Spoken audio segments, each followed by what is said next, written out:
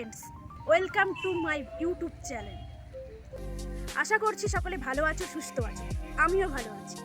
আজ আমাদের রান্না পুজো, এদিকে জোগাড় করে ফেলেছি, সাথে সব সিলিন্ডার ধোয়া, গ্যাস ধোয়া, আমরা সব কিছু পরিষ্কার করে রেখে দিয়েছি। দেখো এরই মধ্যে আবার বৃষ্টি শুরু হয়ে গেছে। আজকের ওয়েদারটা খুব সুন্দর, দেখতেই পাচ্ছ তোমরা, অসাধারণ লাগছে। এই দেখো বৃষ্টি পড়তে শুরু করে দিয়েছে। এবার এদিকে আমরা ঝড় শুরু হয়ে গেছে, আমরা এদিকে আবার আনাজ কাটতে বসে গেছি।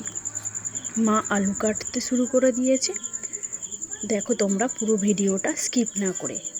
আমাদের এই রান্না পুজোর পরের দিনই পান্তা ভাত হয়, যাকে বলে মা মনসার পুজো দেওয়ার পরেই তবেই পান্তা ভাত খোলা হয়। তোমরা সকলেই জানো, হয়তো তোমরা কমেন্ট করে বলো কিন্তু তোমাদের কি রান্না। আমাদের তো ইচ্ছা রান্না, সব পটল, বেগুন, বিভিন্ন রকমের আনাজ ভাজাভুজি করতে হয়। একবার মা কাটছে, একবার আমি কাটছি।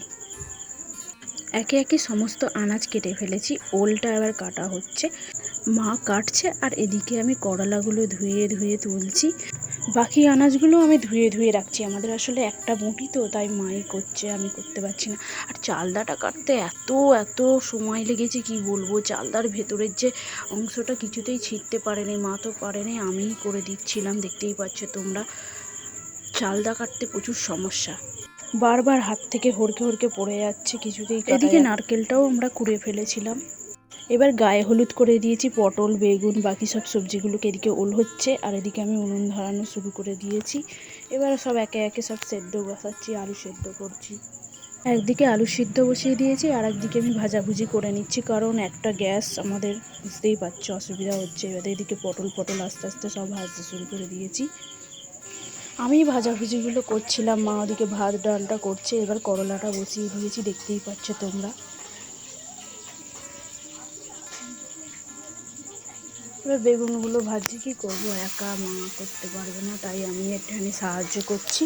আমরা দুজনেই করেছি। আর এদিকে খুব এখানে ভাতটা হচ্ছে, যেহেতু মা মনসার পুজো, তাই। মা মনসা কত রাজি তোমরা তো জানোই।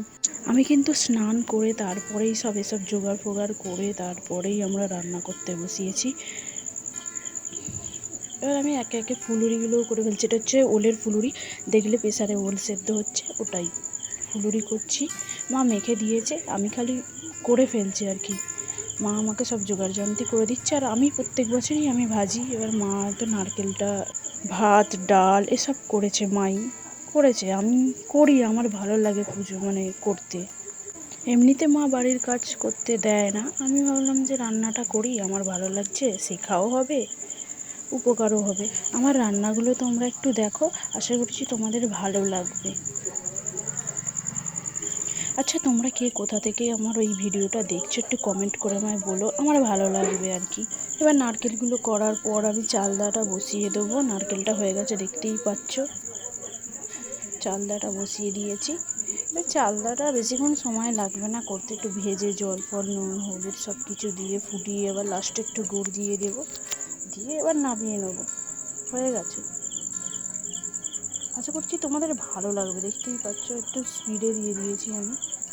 এবার মাছের টকটা হবে, হয়ে গেলে আমাদের রান্না সম্পূর্ণ। এদিকে ডালটাও হয়ে গেছে, দেখতে পাচ্ছ। এবার মা ভাতটাকে ঠান্ডা করে তুলে নিচ্ছে একে একে, শেষে সব কিছু ঢাকা দিয়ে রেখে দিতে হবে। আগে থাকতেই ভেজে রেখে দিয়েছি। ইলিশ মাছগুলো বাকি আছে, ইলিশ মাছগুলো ভেজে রেখে দিচ্ছি, কালকে এবার ঝাল করতে হবে, কারণ আমাদের ভেজে রেখে দেওয়া কিছুটা আজকে খাবো, বাকি এবার কাল মনসা পুজোর পর আমরা খুলতে পারবো।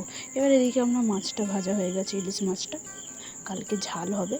আজকে কার কার ইচ্ছা রান্না আছে, কার কার গুঁড়ো রান্না আছে, আরও বিভিন্ন রান্না আছে, নাম জানি না যদিও। এবার ভাতে জল লেবু দিয়ে ঢাকা দিয়ে রেখে দিলাম। এবার কালকেটা পান্তা হয়ে যাবে। আশা করি তোমাদের ভালো লাগলো। দেখা হবে পরের ভিডিওয়ে।